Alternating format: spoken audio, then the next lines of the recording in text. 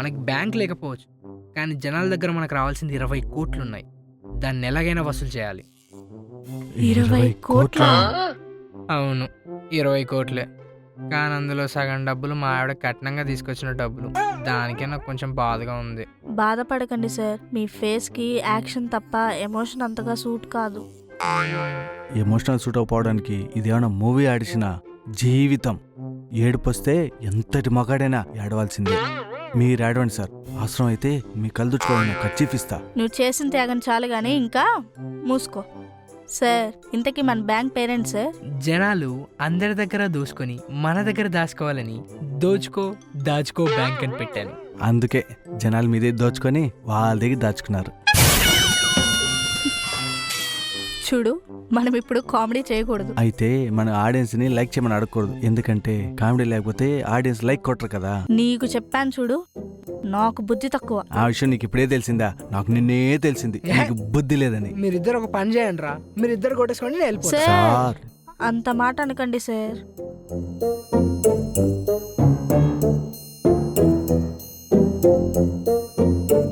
అప్పుడే కొట్టుకుంటున్నారు, అప్పుడే కలిసిపోతున్నారు.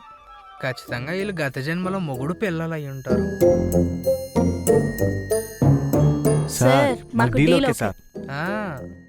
డీల్ ఓకే అవ్వాల్సింది మీలో మీకు కాదు, మీతో నాకు. అయితే మా డిమాండ్ చెప్తే వినండి సార్. నన్ను ఏమైనా కిడ్నాప్ చేశారంటారా మీరు డిమాండ్లు చెప్పడానికి? సార్, వాడికి బుద్ధి జుట్టంతున్నా అది ఈ మధ్య కొంచెం కొంచెం రాలిపోతుంది. అందుకే వాడికి చెప్పడం రావడం లేదు. అయితే నువ్వు చెప్పు. ఆగు, నేను చెప్తాను. సార్, మేము మీ దగ్గర పని చేస్తాం, మీరు మాకు జీతం ఇవ్వకండి, మేము మీకు 10 లక్షలు ఇవ్వం. ఓ, ఇదేదో బాగానే ఉంది. అయినా అందులో మీకు లాభం ఏంటి? మాకు జీతం వద్దు గాని మేము రికవరీ చేసిన దానిలో 30% ఇవ్వండి చాలు. 30%? అంతంటే కష్టం. పోనీ 50% ఇవ్వండి సార్. చాలుతాయా? ఏ తక్కువ అడిగానా? నీ మొహం, నేను 30% అడిగితేనే ఆయన కళ్ళు తేలేశాడు. ఇంకా నీకు 50% ఇచ్చేసి ఆయన అడుక్కొని తింటాడా? అమ్మా, నువ్వు ఆయనకి హింట్ ఇస్తున్నావా నన్ను తిడుతున్నావా అర్థం కావట్లేదమ్మా. అయ్యో సారీ సార్, మీరు ఎడారిలో వరుణదేవుడు లాంటి వారు. నేను మిమ్మల్ని ఎందుకు తిడతాను సార్? సార్, అమ్మాయి పర్ఫార్మెన్స్ చూసైనా పోనీ క్షమించేయండి సార్. అబ్బా, మీరు సోదాపండి, ముందు నేను చెప్పేది వినండి. మీ ఇద్దరికి 20% ఇస్తా. మీకు నచ్చితే నా బాకీలో లిస్ట్లో ఉన్న వాళ్ళ డీటెయిల్స్ మీకు ఇస్తా. మీరు రేపే జాబ్లో వచ్చి జాయిన్ అయిపోవచ్చు. నాకు ఓకే సార్. నాకు ఓకే సార్. సూపర్.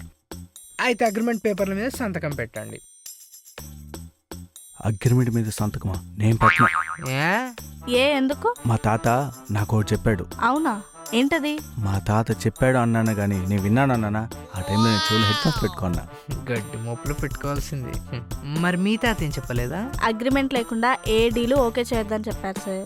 అయితే అగ్రిమెంట్ పేపర్ మీద సైన్ చేసి డ్యూటీలో జాయిన్ అయిపో. మరి నేను సార్? నువ్వు కూడా డ్యూటీలో జాయిన్ అయిపోవచ్చు, ఏ గుడి మెట్ల మీద. నువ్వేంటి ఇంకా ఇక్కడే ఉన్నావు? సంతకం పెట్టినన్నావుగా. అప్పుడు మా తాత మాట వినలేదు సార్, ఇప్పుడు మీ మాట వినైనా జాబ్ చేసుకుంటాను సార్. పోనీ మీ తాతకు ఒకసారి ఫోన్ చెప్పావా? నీకేమైనా పిచ్చా? చనిపి గోడ మీద ఉన్నాడు. అయ్యో అయ్యో. పాపం, మీ తాత చనిపోయాడా? అవును సార్, దొంగ సచ్చినాడు. పట్టుమని కోటి రూపాయలు కూడా సంపాదించుకొని చనిపోయాడు సార్. దీనంతటి కారణం మా నాయనమే సార్. మీ నాన్నమ్మ ఏం చేసింది? మా నాయనమ్మకి చేపలు పిస్తాననిపించింది. ఆ విషయం మా తాతయ్యకి చెప్పింది. మా తాత చెరువుకి వెళ్ళాడు, చెరువుకెళ్ళి చెరువులో దూకాడు. మా తాతకి దూకిన తర్వాత తెలిసింది ఈత రాదని సంగతి. దూకనైతే దూకాడు గాని మళ్ళీ బయట తిరిగి రాలేదు. అయ్యో, అప్పుడు మీ అప్పుడు మీ నాన్నమ్మ నాన్నమ్మ ఏం ఏం చేసింది? మా నాయనమ్మ ఏం చేస్తుంది? పొద్దున కూర వేసుకుని తినేసింది.